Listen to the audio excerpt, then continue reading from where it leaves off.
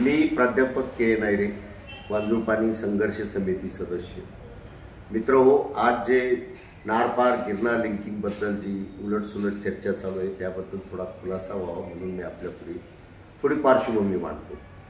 सुरगाणा तालुक्यात केमच्या डोंगरावर पश्चिमेला नारपार, औरंगा, अंबिका या नद्या यांचा उगम होतो आणि पूर्वेला गोदावरी आणि गिरणेचा उगम होतो. गोदावरी खोऱ्यात सुजलाम सुफलामता आहे, प्रचंड पाणी आहे, 7 नद्या मोठ्या मोठ्या तिथं आहेत. मात्र गिरणा खोऱ्यात गिरणा ही एकमेव नदी आहे. आपल्या हक्काचं पाणी गुजरातकडे वाहून जातं याबाबत महाराष्ट्र शासनाने अभ्यास करण्यासाठी 1994 मध्ये डॉक्टर माधवराव चितळे यांचा आयोग नेमला. डॉक्टर माधवराव चितळे यांनी पेठ, सुरगाणा, जव्हार, मोखाडा या ठिकाणचं पर्जन्यमापन घेऊन 86 वर्षाचं त्यांनी असा निष्कर्ष काढला की जवळजवळ 83 TMC पाणी आपलं महाराष्ट्राचं हक्काचं पश्चिमेकडे गुजरातकडे वाहून जातं. आणि तो अहवाल 1999 मध्ये महाराष्ट्र शासनाने स्वीकारला आणि तिथून नारपार गिरणा लिंकिंग या प्रकल्पाच्या मागणीसाठी सुरुवात झाली. कैलासवासी ॲडव्होकेट TR अण्णा, कैलासवासी डॉक्टर DS बाबा आहेत, कैलासवासी डॉक्टर बळीरामजी हिरे आणि आपलं प्रशांत दादा हिरे यांनी पाणी परिषदा घेतल्या. प्रशांत दादांनी स्वखर्चाने त्याचा सर्वे केला, शासनाकडे अहवाल सादर केला, परंतु फार म्हणावं तसं यश मिळालं नाही. खरं म्हणजे आपल्या हक्काचं पाणी 83 TMC पाणी गोदावरी आणि गिरणा खोऱ्याचं पश्चिमेकडे वाहून जातं. यासाठी शासन दरबारी पाठपुरावा करण्याची लोकप्रतिनिधींची जबाबदारी होती. आणि सगळ्यात दुर्दैव खांदेचं असं की गिरीश महाजन हे मागच्या 5 वर्षात जलसंपदा मंत्री असताना त्यांनी ना नारपारबद्दल, गिरणा लिंकिंगबद्दल, ना मांजरपाड्याबद्दल, ना वांजूळ पाणीबद्दल एकही प्रकल्पाला चालना दिली नाही. 2006 मध्ये मांजरपाडा हा प्रकल्प गिरणा खोरे हे कृतीचं खोरे म्हणून तापी मंडळाने तो मंजूर केला. परंतु नामदार भुजबळ साहेबांनी त्यांचं राजकीय वजन वापरून हा प्रकल्प गोदावरी खोऱ्यात त्यांच्या येवला मतदारसंघासाठी वळवला. खान्देशच्या आणि कसमादेच्या जनतेवर अन्याय झाला म्हणून कसमादेची जनता रस्त्यावर आली म्हणून 2010 साली नामदार अजितदादा जलसंपदा मंत्री असताना त्यांच्या कॅबिनमध्ये बैठक झाली आणि त्यांनी सांगितलं की मांजरपाडा 2 मी गिरणा खोऱ्यासाठी मंजूर करतो, तात्काळ प्रशासकीय मंजुरी देतो आणि मांजरपाडा 1 आणि 2चे कामं बरोबरच चालू करू. परंतु अद्याप मांजरपाडा 2ला काही कारवाई नाही. मध्यंतरी फक्त डॉक्टर राहुल आहेर यांच्या प्रयत्नामुळे गिरीश महाजन आणि राहुल आहेर यांनी अहवाल सादर करून राज्यपालांची मंजुरी घेतली होती मांजरपाडा 2ला.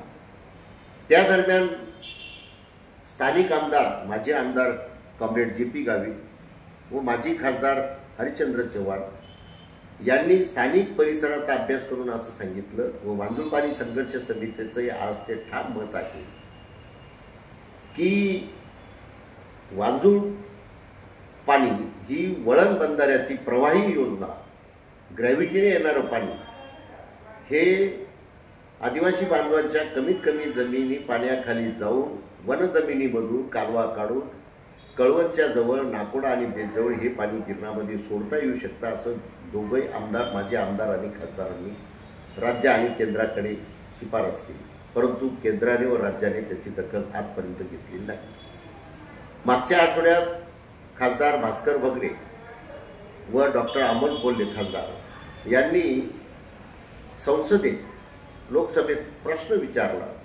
CR पाटील जे खानदेश पुत्र स्वतःला म्हणून घेतात ते जलस्रोत मंत्री असल्यामुळे त्यांनी उत्तर देताना सांगितलं की नारपार गिरणा ही योजना फिजिबल नाही व याच्यामुळे सगळीकडे प्रचंड प्रक्षोभ आणि उदासीनता आणि जनतेच्या मनात रोष आला.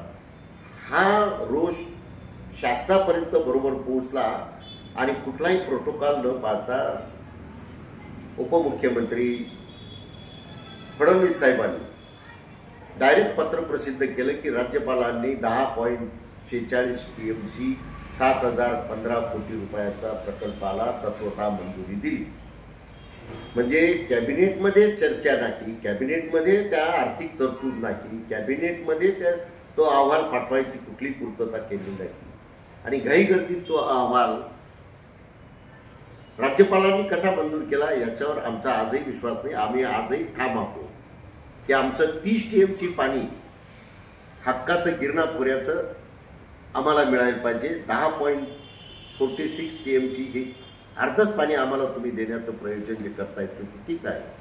आता जर तुम्हाला करायचं असेल तर 30 TMC पाणी व ताबडतोब कॅबिनेटच्या बैठकीत या योजनेला प्रशासकीय मंजुरी द्या. कमीत कमी 1000 कोटी मंजूर करा त्या टायटल खाली आणि निविदेची प्रक्रिया सुरू करा.